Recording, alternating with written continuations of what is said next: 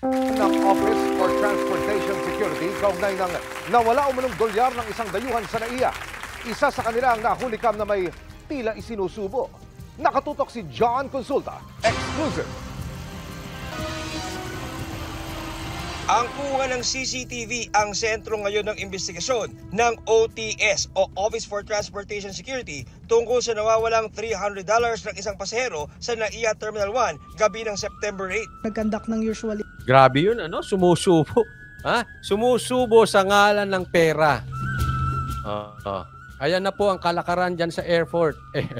Airport. Kasi babanggitin ko.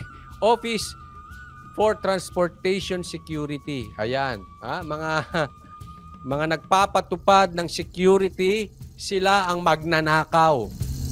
Sa ngalan ng dolyares, sumusubo. Kinain yung pera para hindi mahuli. Tumalikod. Yung pala, ang hinarapan, CCTV, ganyang kagrabe.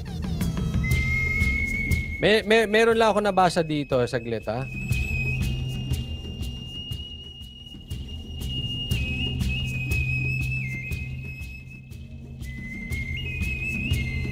Idol, alam mo na ba na si Sir Robin ang papatakbuhin na presidente ngayong 2028? Hindi po.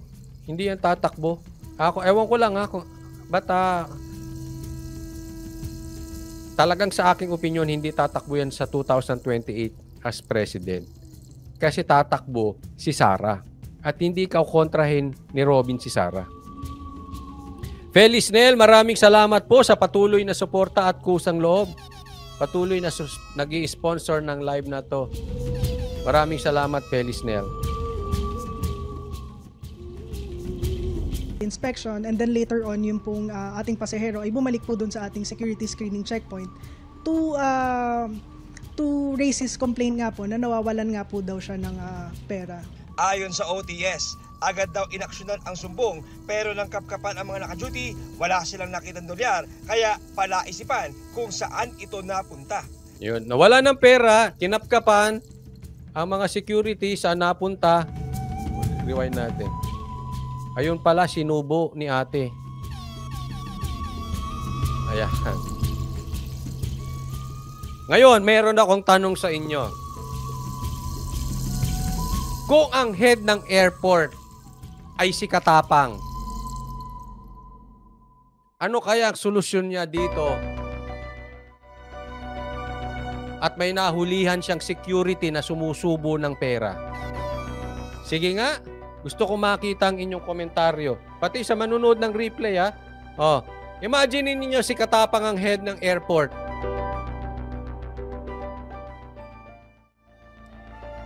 Anong solusyon niya dyan?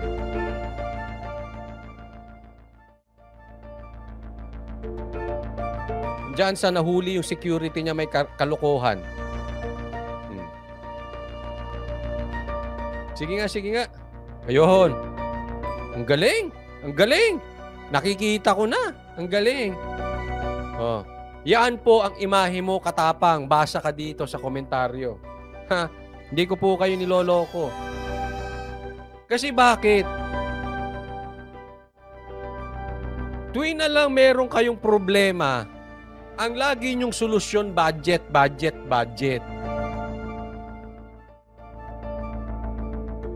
Ganyan.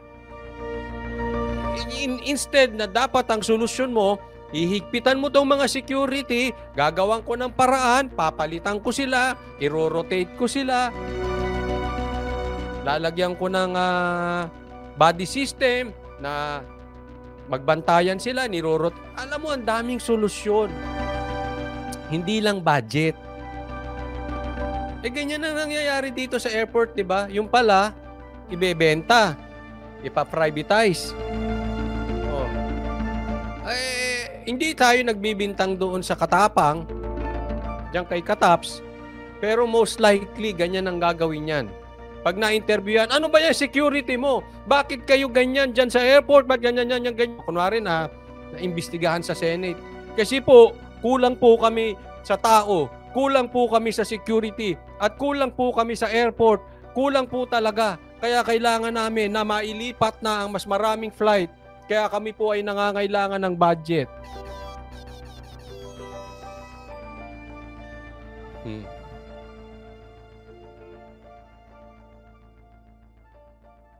Sabi ni Cambiao, wag mo nang dalhin sa airport kahit kunyari, ay oo, wag mo na, wag na natin dalhin, ha? Hmm.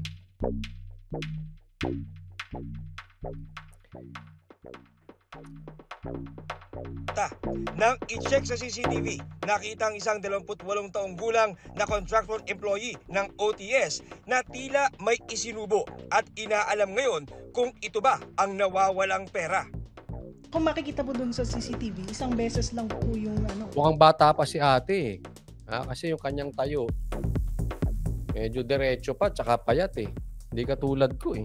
Masakit na likod. Mukhang bata pa, magnanakaw na. One time lang po niya isinubo yung object. Opo.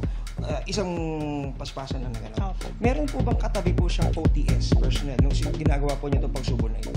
Base po dun sa CCTV, meron din pong personnel dun sa kanyang tabi. Tinitignan natin kung yun nga po bang sinubo niya ay yung perang nawawala, na sinasabing nawawala nung pasahero. Same area din po siya, naganap yung Kasabwat pa, ano pa? Yes. pag-inom ng tubig. Yes. Hindi na po siya lumayo sa lugar niyang yan. Hindi na po. Tinatayuan niya. Makikita rin ang OTS personnel na tinatakpan ng kanyang bibig habang may hawak na bote ng tubig. Nakatayo sa kanyang tabi ang isa pang OTS personnel. Ako, imbestigahan din yung katabi na yan, baka kasabwat Right yan. now po, inimbestigahan po natin yung subject personnel na involved at yung supervisor niya, at meron pa pong isang personnel na involved dun sa incident po. So bali 3 po yung under investigation po ng OTS. Sa akin, ma'am, sana ma'am, hindi, ito naman ay hindi po kita pinagbibintangan, ma'am.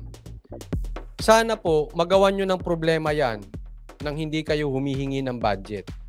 Again, hindi po ito pagbibintang. Pero kami po ay nagsasawa na sa mga napapanood namin na bawat problema, ang solusyon ay dagdag budget. Ito, panawagan sa lahat ng ahensya, huwag kayo mga kapalmoks. May problema kayo, instead na solusyonan yung problema, ang lagi nyo problema, budget, mga mukha kayong pera. Puro budget kayo, puro budget. Palpak na nga kayo, budget pa, ang dagdag budget pa hinihingi ninyo, mga ano kayo. Solusyonan nyo muna yung problema. Leader kayo, you can do better than that. Huwag puro dagdag budget. Hindi po kayo, ma'am, ha? Natapat lang yung picture sa inyo. Sana. Kasi pag sa susunod na balita, baka bukas ang balita dyan, eto solusyon namin. Kailangan po kasi namin ng budget. Bibira na po ako. Kasi ganyan po nagiging pattern ng mga ahensya sa ating gobyerno. Kada na lang problema, budget. Initially po, dinenay po ng ating personnel na yun nga po, kinuha niya po yung nawawalang pera from the Chinese national nga po na umalis sa NAIA Terminal 1. Isinailalim na sa preventive suspension ng 3 tauhan ng OTS habang umuusad ang malalim na Dami, oh. Tingnan mo, daming problema. Masama ang kutob ko dyan. Yung mga ganyang daming problema, sinasabi na naman sa media. Ay! Baka mamaya budget na naman yan. Alam mo, naalala ko tuloy dati. Nung ako po ay bumabiyahe pang madalas. No? Again, dahil sa trabaho ko sa banda, twice a year or thrice a year bumabiyahe kami sa iba't ibang parte ng mundo. Dahil sa dami naming karga, may mga instrumenta po kaming dala. Tapos ang mga kasamahan ko ay mga babae. So, iilan lang kami lalaki. Kami pang kumakarga. So, yung pera namin, yung aming wallet, nakaganyan lang. Kasi syempre, mabilisan. Tutulungan mo pa yung mga babae. Ngayon ko na-realize, hindi pa naman ako nagbibilang ng pera. Baka nawawalan ako.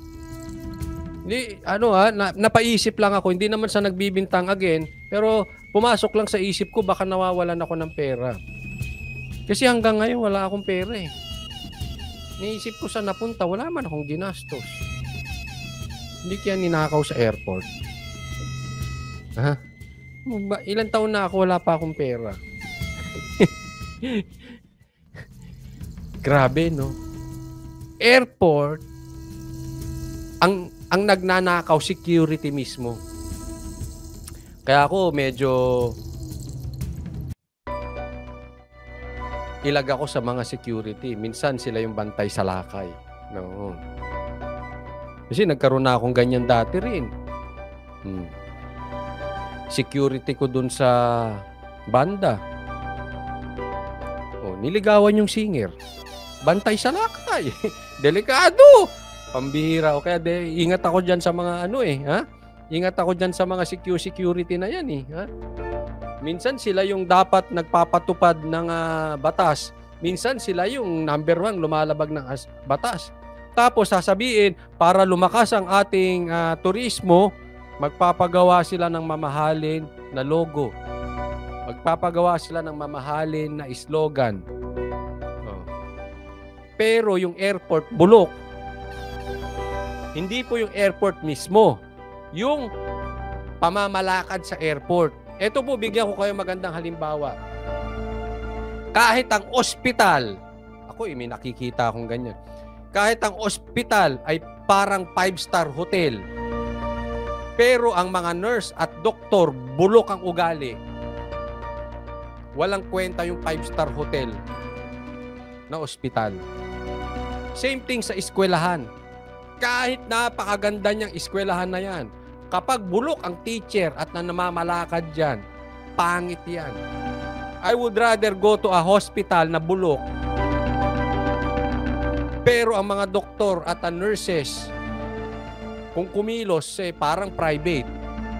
Hospital ang pinuntahan mo. Mas gusto ko pa yun. Eskwelahan na bulok. Pero ang pamamalakad ay maganda. Mas gugustuhin ko pa yan. Sila, ibang sinusolusyonan Investigasyon sa incident. Nakaw, sabi dito ni Jericho, nakaw pa mo. Oo nga. Kahit sabihin mo pinakamaganda, ang airport ng Pilipinas, kung ang security ay sumusubo, katulad nito ni ate, maganda yun. Hindi, pangit yun. Pangit. Kasama na ang pag-alam kung ano ang isinubo at umano'y nilunok ng OTS personnel. Ayun. Pag sinubo mo, lunukin mo. Matuto tayo kay ate. Hindi siya naimbestigahan Pag sinubo, lunukin. Para walang ebidensya. Sa aming policy po, dun sa checkpoint, bawal po ang kumain dun sa area.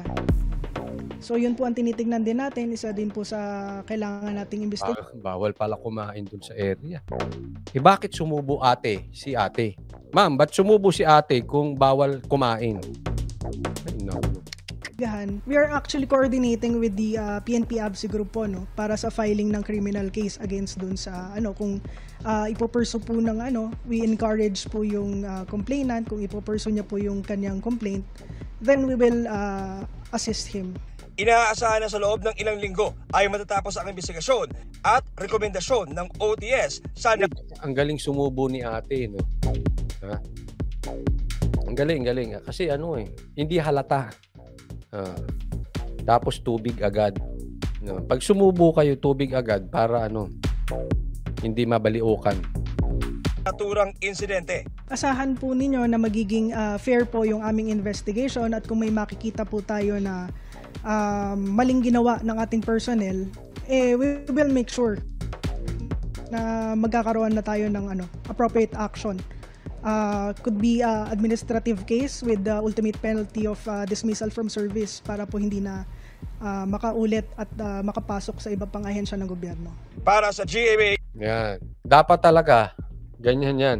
Dapat higpitan nyo po. Solusyonan nyo na kapase, ma'am. Ang dami na po talagang problema dyan. At sangkot ang mga security. Sabay, parang wala kayong ginagawa dyan,